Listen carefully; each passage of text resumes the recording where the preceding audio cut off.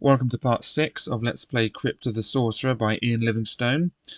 At the end of the last part, I was about to read paragraph 214. Here we go. You follow the winding tunnel, with the hammering sound growing louder in your ears. Soon you see moving figures, although nobody seems to notice your presence. Two thin men with pallid skin are digging at the face of the tunnel with pickaxes, and another is loading rocks into a wheelbarrow. You walk forward and notice that the tunnellers have bulging eyes which are wide open and vacant. The Dorager, I think that's how we pronounce that, the Dorager must be the slave masters who supervise these zombies' work on the tunnels, says Sim. But for whom? The gigantis? Anyway, we have obviously reached the end of this tunnel, so we might as well turn round and walk back to the junction. If you wish to do as Sim suggests, turn to 338. If you would rather walk up to the zombies, turn to 256.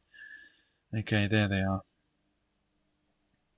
Okay, we are going to walk up to the zombies and turn to 256.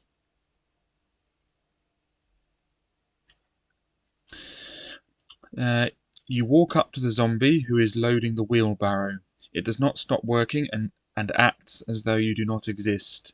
You walk past it to where the other two are working at the face and suddenly notice that all of them have the figure 5 tattooed on their arms. You make a mental note of the number before returning to your friends.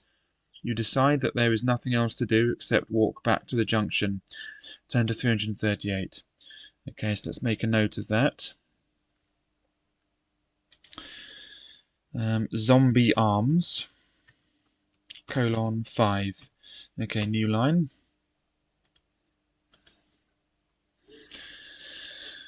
Okay, let's turn to 338.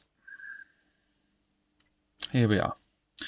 When you reach the spot where the slain Dorager fell, you are surprised to see that the bodies have vanished. A trail of blood leads to a solid rock wall, where you find the telltale crack of a doorway. You push the section of wall, but it does not move. Even Sim, with all his skills, cannot find a way to open the section of wall. You press your ear to the wall, but hear nothing. If you wish to carry on with your efforts to open the wall, turn to 78. If you would rather walk to the junction and try the other passage, turn to 222. Okay, we're going to walk to the junction and try the other passage, and turn to 222. The tunnel slopes downwards. The light is dim, coming from candles burning on top of skulls mounted on the wall at 30-yard intervals. That nearly got me. Your own torches burn brightly around you, but you are unable to see far down the tunnel. Nor do you see the strange jelly-like creature which is clinging to the ceiling. As you pass underneath, it drops down. Roll 1 die. If you roll 1 to 5, turn to 296. If you roll 6, turn to 166. Okay, so let's roll 1 die. Okay, we roll a 3. That means we roll a 1 to 5 and turn to 296 because we've got 3.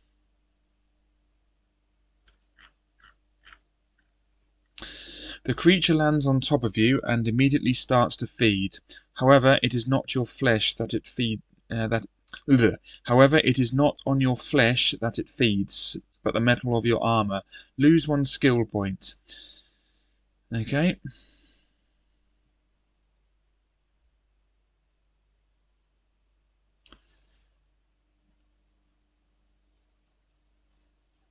Okay. Okay, so we've lost a skill point, so we're down to 11. That's fantastic. Nice. As if being enveloped by a giant amoeba, you try to throw off the Iron Eater. Iron Eater, skill 4, stamina 5. For each attack round that you lose, you must deduct 1 skill point. As soon as you win an attack round, you will have thrown the Iron Eater off onto the floor. Then you will be able to walk on along the tunnel. Turn to 151. Okay, so skill 4, stamina 5. And we'll fight again Iron Eater. Is it hyphenated? That's the main thing. It is hyphenated.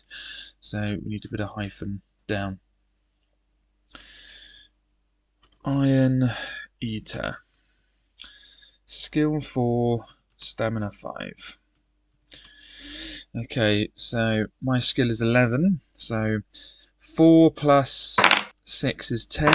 I get 16. So 10 to 16. That means I've won an attack round. As soon as you win an attack round, you'll have thrown the Iron Eater off onto the floor. Then you'll be able to walk on along the tunnel. Turn to 151. Okay, 151. Off we go. You pass a battered iron helmet attached to the wall with a candle burning on top of it. All the other candle holders are skulls, and you wonder why the helmet is the odd one out. If you wish to try on the helmet, turn to 197. If you would rather keep on walking, turn to 281. We are going to keep on walking and turn to 281. As you walk along, you do not see a small rock on the floor in front of you. Test your luck. If you are lucky, turn to 392. If you are unlucky, turn to 320. Okay, so let's test our luck. Our luck is currently 9, so we need to get a dice roll of 9 or less. And we got a 9, which is 9 or less, and therefore we were lucky. But we have to lose a luck point, so that puts us down to 8. We were lucky, turn to 392.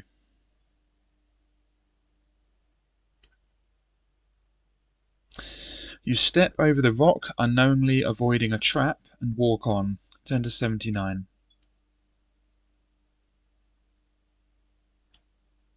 Well, I now know it was a trap, don't I? Oh, great. Ahead you hear a rumbling sound, like wheels rolling over the rock floor. A figure slowly comes into view from out of the shadows, pushing a cart loaded with bones. It is an ugly, muscular creature with long arms that end in sharpened claws. It has a drooling mouth from which long teeth protrude like tusks. On seeing you, the cave troll grunts. On seeing you, the cave troll grunts, releases the cart, and lumbers towards you with a raised club. Cave troll, skill 8, stamina 9. The cave troll attacks you, but Sim, skill 10, and Borri, skill 9, can also attack the troll. Therefore, you have 3 attacks against the troll against 1 in return. If you win, turn to 19. Oh, that's quite good. Cave troll 8, 9, off we go.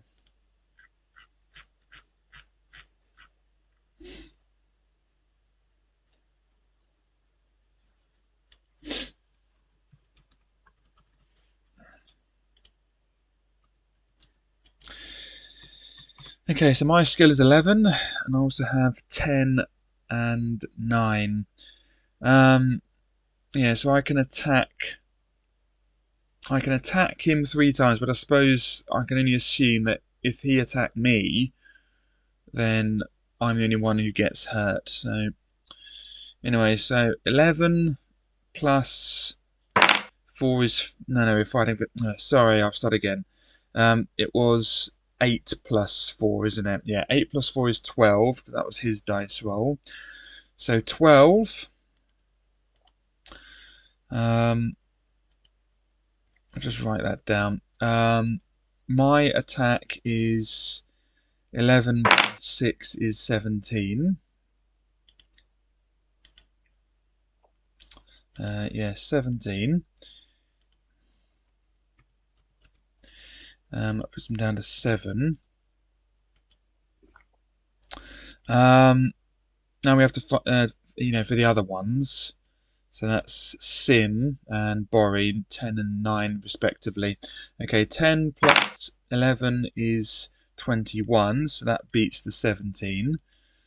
So that's, I'll just say 12 because he only got 1 attack round, didn't he? So it's 11 plus what was it? 11 plus 10, yeah, 21, sorry. 21, so that's another thing taken off him. And another 12 because that's his only attack thing, wasn't it? And 9 plus 5 is 14. So that did not hurt the cave troll. Okay, let's do it again. So 8 plus 2 is 10. So just note that down. So 10. Okay, I get 11 plus 4 is 15. So that's that. That puts them down to 3. Then 10 plus 5 is 15. So that's 15. That puts them down to 1. And then another 10, because that's his only attack round, wasn't it? 10 plus, no, sorry, 9 plus 5 is 14. So that beats him again. So that means that's the end of the cave troll, and Borry got an attack in. Okay, that's the end of that. Good. Okay, let's remove any buzzing. Should there be any? I hope I've done that properly. So that's what I interpreted how to do that. Anyway, there's the cave troll. If you win, turn to 19. We did, so off we go. There it is. You find a small wooden box tucked into the troll's clothing. If you wish to open it, turn to 188. Alternatively, you can either tip up the cart, turn to 366, or walk on, leaving the box and the cart behind, turn to 40. Okay, we are going to tip up the cart and turn to 366.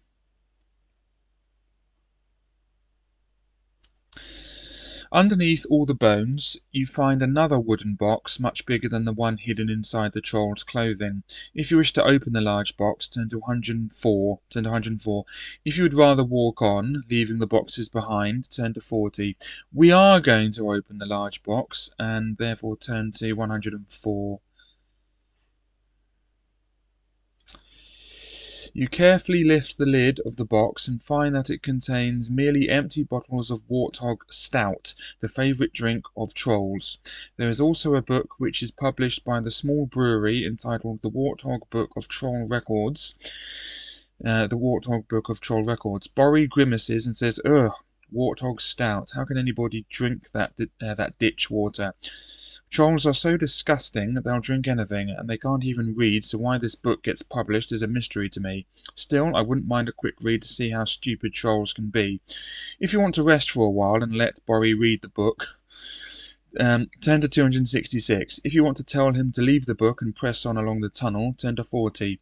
We're going to let Borry read the book and turn to 266. Borry spends the next 5 minutes muttering to himself, calling trolls all the bad names of which he can think. "Why would anyone want to do that?" exclaims Borry suddenly. "Did you know that the Alansian record for the number of hobbits' ears eaten by a troll in a competition is 119? The lengths that trolls will go to, the lengths to which trolls will go for fame. Come on, let's go." Borry suddenly marches off, throwing the book over his shoulder. You and Sim hurry after him, with Sim asking Borry if he is the shortest dwarf in Alansia. "Mind your own business," snaps Borry, still marching ahead.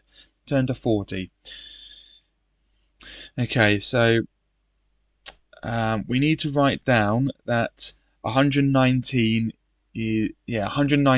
is the record for hobbit ears eaten by a troll or something. So hobbit ears eaten by a troll. 119. There we go. Okay, so we're now turning to 40. Off we go. The tunnel soon ends at a junction. Looking right, you see that the tunnel continues straight on as far as you can see. Looking left, you see that it soon comes to a dead end. There is something or somebody lying on the floor at the dead end, and you can hear the unmistakable squeak of rats. If you wish to go left, turn to 202. If you wish to go right, turn to 315. Okay, we're going to go right and turn to 315. You pass between two statues of skeleton warriors and immediately feel a gust of cold wind blow down the tunnel into your faces. The wind blows harder and begins to howl. "We seem to be in the right place," says Borry in a more serious tone than usual. Suddenly, you see something glowing white at the end of the tunnel. It grows in size and flies towards you at speed. When it is near enough, you see that it is a being. Sorry, I'll start again. When it is near enough, you see that it is a being with an agonized look on its face, its diffuse body trailing behind it. Its mouth opens and lets out a soul-chilling scream. It's an ice ghost, shouts Sim above the wailing scream. Don't let it touch you as it flies by. And look out, here come two more. You keep your eye on the ice ghosts as they spiral towards you. Roll 2 dice 3 times. If any of the totals are greater than your skill score, turn to 379. If the totals are all the same as or less than your skill, turn to 72. Okay, I have it on good authority that if we fail any of these skill tests, we are dead. So that's good. Alright, so we need this to be, so we need all 3 to be 11 or less.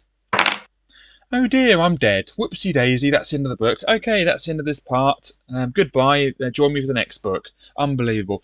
You know, Ian Livingstone just writes the most difficult books, doesn't he? I mean, that wouldn't even have happened if I hadn't, lost that really difficult skill test earlier, or, that die roll earlier, where if I rolled 1 to 5, I'd lose a skill point. It's just unbelievable. Okay, let's pretend that never happened. Let's roll the dice 3 times. Right, successful, and successful. There we go. So let's pretend that never happened, or let's pretend that I started the whole game again, and I got up to this point with exactly the same dice rolls, and I just did it, and I got 7, 7, and 5. Alright, anyway, so if the totals are all the same as or less than your skill, turn to 72. Okay, so that's death number 1. Ian Livingstone. We love him, don't we? Okay, the vapour-like bodies of the ice ghosts close in fast, but you manage to evade them. Sim and Borry also manage to dodge the ice ghosts. You watch them disappear down the tunnel and all becomes quiet again. Watchful for more ice ghosts, you press on down the tunnel. Turn to 245. Okay, with the ice ghosts out of the tunnel, all is quiet again. I don't suppose many people know that the howling tunnels get their name because they are inhabited by ice ghosts, says Borry in a more cheerful voice. But I hope they don't come back. Look, there are 2 more statues of skeleton warriors further down the tunnel. If you wish to pass between the statues, turn to 56. If you wish to stay where you are and ask Sim to search for a possible secret passage, turn to 112. Okay, we are going to pass between the statues and turn to 56. We better get out of here because of those ice ghosts. More may be coming. Oh, lovely. No more ice ghosts appear when you pass between the statues, and you follow the tunnel as it bends to the right. In a few minutes you hear more noise up ahead, but this time it sounds like the deep grunt of a huge beast. You walk on until the tunnel opens out onto a ledge near the bottom of a deep pit. A foul smell of rotting slime fills your nostrils. The stench comes from the thick sludge which covers the bottom of the pit just below the ledge. 2 legs, green and scaly, rise up out of the sludge, and your eyes follow them upwards to a huge torso which ends in a gnarled head, with a gaping maw ringed by rows of long spiked teeth. In the center of the forehead, you see a white spiral-shaped horn. Although the gigantis has poor sight, it senses your presence and reaches down towards the ledge with its giant clawed hand. You jump back into the safety of the tunnel beyond the reach of the gigantis. You tell Sim and Borry that you intend to step into the sludge-filled pit while they fire arrows to distract the gigantis. With the plan decided, you draw your sword and walk once more to the ledge. The gigantis lets out a fearful roar and swipes at you with its clawed hand. If you have daubed yourself with chameleonite blood, turn to 24. If you have not, turn to 349. Okay, there's the gigantis. Okay, we have not daubed ourselves with chameleonite blood, and so therefore we are turning to 349.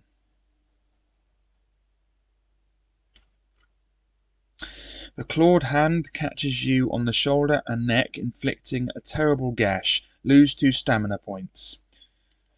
Wonderful. Puts me down to 10. Roll 2 dice. If the total is the same as or less than your skill, turn to 88. If the total is greater than your skill, turn to 236. Okay, this is another instant death skill test, so we need this to be 11 or lower. And it was, good. Remove any buzzing, there we go. Alright, same as or less than your skill, turn to 88, off we go. Whoops. You totter on the edge of the pit, but just manage to keep your balance. Before the gigantis has time to attack you again, Sim and Borri distract its attention by loosing arrows at its giant torso. The gigantis lets out a roar, although the arrows barely pierce its tough hide. But the gigantis has an instinctive defense mechanism which is triggered by pain. A gland in its neck emits waves of mental energy of intense power. If you are wearing a translucent crystal around your neck on a gold chain, turn to 193. If you are not wearing a crystal, turn to 307. Okay, before I do that, I'm going to drink a tot of healing potion and put my stamina up to 14. Lovely. Okay, now do we have this Crystal of Sanity Talisman? Yes, I do. Okay, so we have a Crystal of Sanity Talisman, and there it is. Okay, we don't have the Chameleonite blood. I'll just confirm that because I didn't before, did I? I should have done. Chameleon, yeah, that'll do. No, I didn't. I fought some Chameleonites, but I didn't get their blood for some reason because I'm very, very stupid. Alright, okay. We are wearing a translucent crystal around our necks, whatever, and, well, our neck, it's one neck, I don't know, who cares. And turn to 193. So let's do that. Your Crystal of Sanity wards off the mental attack and protects the three of you from a terrible fit of madness. Realizing that the Gigantis is an incredibly powerful beast, you decide to think again about how best to defeat it. If you still wish to step into the pit and attack it with your sword, turn to 147. If you wish to use something else, turn to 375.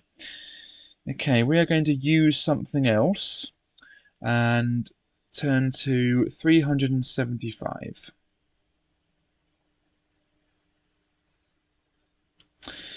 You may try any one of the following items if you possess them. Which one will you use? A silver mirror, turn to 394, a silver rod, turn to 128, or a rat skull, turn to 98.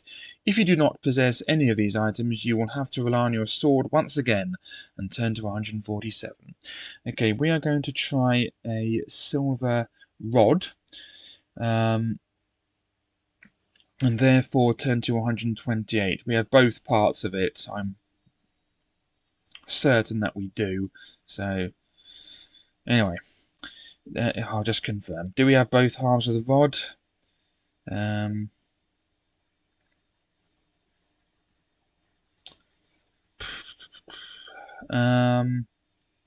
Getting worried now. Where's this rod? Show me the rod. Rod of paralysis. Silver rod 37, silver rod 13. Okay, we do. Good. Alright, let's get back. Okay, if you have both halves of the rod, you will know what type of rod it is and how to activate it. Do you believe it is a rod of thunder? Turn to 387. A rod of transmutation? Turn to 206. Or a rod of paralysis? Turn to 38. It is a rod of paralysis. That's why I noted that down right here. We have a rod of paralysis. And therefore, we're turning to 38. I mean, all this is just, all just rubbish. I've already died. I mean, it's just stupidly hard, this book. Ridiculous. Ian Livingstone. I mean, if you're, if you're watching this video, your books are too hard.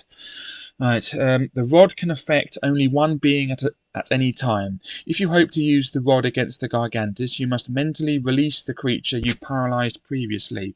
Did you use it against a rabbit, turn to 311, a hawk, turn to 122, or a boar, turn to 368? Okay, we used it against a rabbit, and so let me just... did I note that down?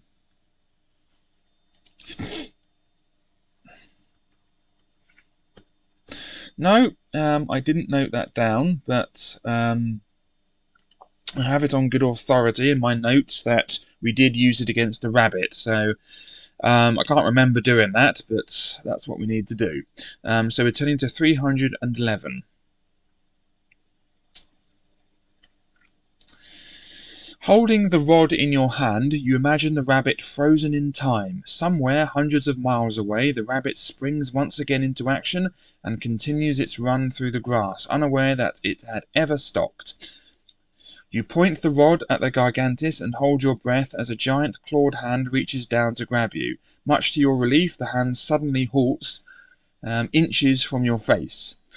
I know an inch is 2.542 centimeters, I think, roughly, whatever. So, but inches, whatever. Actually, no, I'll say barley corns. A barley corn is a third of an inch, so therefore it's going to be roughly 8 millimeters, just over 8 millimeters. So therefore, I will say that. Much to your relief, the hand suddenly halts, barley corns from your face. The gigantis is paralysed, and Borry and Sim let out a cheer. You let the nimble Sim shin up the frozen body of the beast, a knife gripped between his teeth. Sitting astride the gigantis's shoulders, Sim cuts slowly through the white horn. Clutching it in his left hand, he brandishes it in the air in triumph. He then jumps down and hands you the fabled horn, a smile across his face. You marvel at the beauty of the horn before tucking it into your belt. Let's go, you say, and lead your two friends back down the tunnel. Passing between the skeleton statues does not produce a further appearance of the ice ghosts, and you hurry on. Test your luck. If you're lucky, turn to 54. If you're unlucky, turn to 138. Okay, so we have the gigantis horn. Let's notice that now.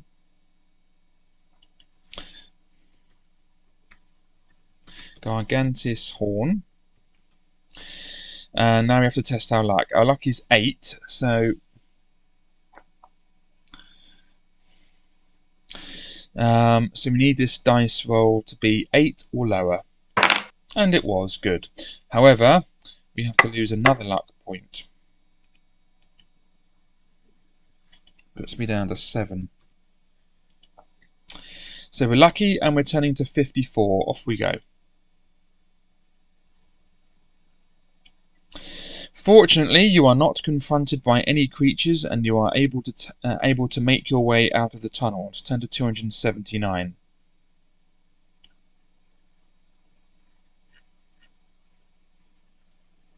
Okay, and we will read paragraph 279 in the next video. So I'll make a note that we're on paragraph 279, and it's unread.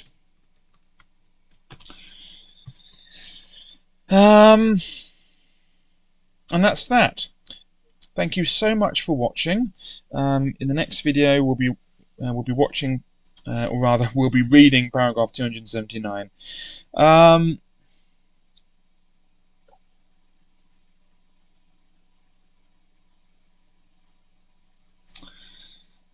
Yeah. Okay. Okay, how much more do we have to do this? We should be able to do this in at most 2 videos. This is a long book. Might be able to get it done next video, but almost certainly won't. It depends how many battles I have to do. But yeah, I might be able to get it done in the next video, but almost certainly won't. But definitely in the next 2 videos. So this is part 6, so this might take us up to part 8. Thanks again for watching. Hope you enjoyed it, and goodbye.